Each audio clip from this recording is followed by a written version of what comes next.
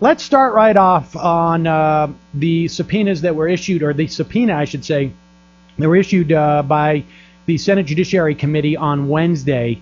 Where do you expect this to go? The Bush administration's already rejected subpoenas in the U.S. attorney purge. Where do you expect this one to go?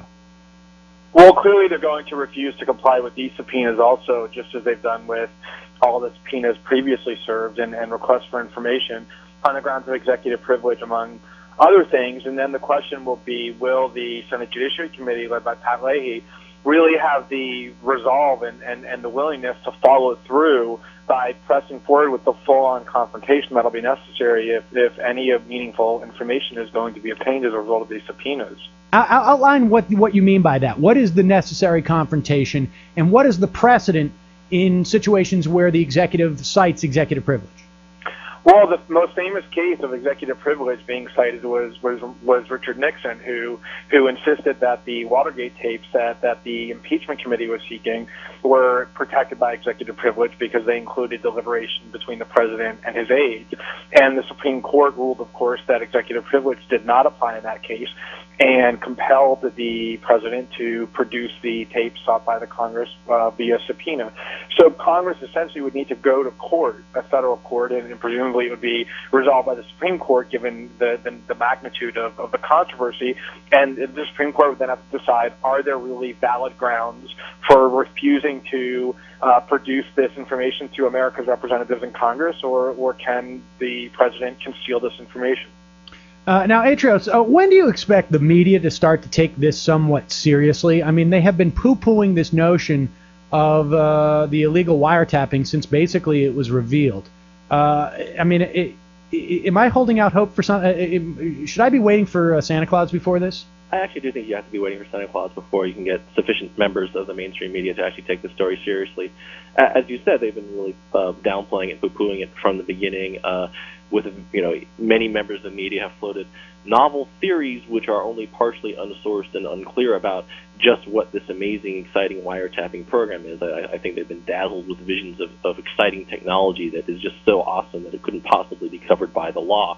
But I mean, basically, the facts are pretty clear that they were violating the law, at least given what we know. And the most important thing is the fact that the question, which has largely been unasked, let alone unanswered, is just why did they need to do this? That is, what did the law constrain them from doing that they either felt they needed to do or that they just wanted to do? Like, what exactly did the law prevent them from doing? And no one has really offered up any kind of sufficient answer to that yet.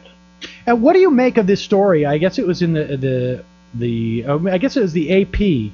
Did this story on Royce Lamberth. He's a district court judge in Washington. He was head of the FISA court on September 11th.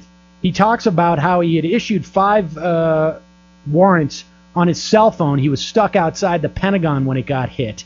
He issued more that night. He started issuing them just by an oral request by the FBI, head of the FBI. How much do you think that's going to play into this? Because presumably the reason why they had to go around FISA was because it was so antiquated and so difficult to deal with. And here you have the head of the FISA court saying there was no roadblocks short of a phone call. They got whatever they wanted. Right. I think the fact that Royce Lamberth actually went to the press on that is at least a sort of a positive sign that maybe, because he's not exactly a liberal Democrat from what I understand, so it may be a positive sign that they're sending up smoke signals, kind of saying, hey, we actually think you played foul here too, not being particularly courageous about it, but at least they're sending us some smoke signals. But I really think the fundamental issue is there's been sort of two kind of ideas floated out there about why. One is there's some exciting technological thing. People have basically focused on sort of data mining and collecting just vast amounts of information, not really tagging to individuals, and trying to sort of pull out stuff from this vast sea of information, that they're basically taking a giant vacuum and sucking all the conversations from all the phone calls in the universe and then trying to use that somehow. That's one theory. That seems to be the theory that many in the press like, because it sounds neato-keen technology. The second theory is just simply that they were doing things like eavesdropping on Tim Russert, and they didn't want anyone to know. Right. Or even somebody who may be more relevant than Tim Russert. Like John Kerry. Yeah, exactly. Yes.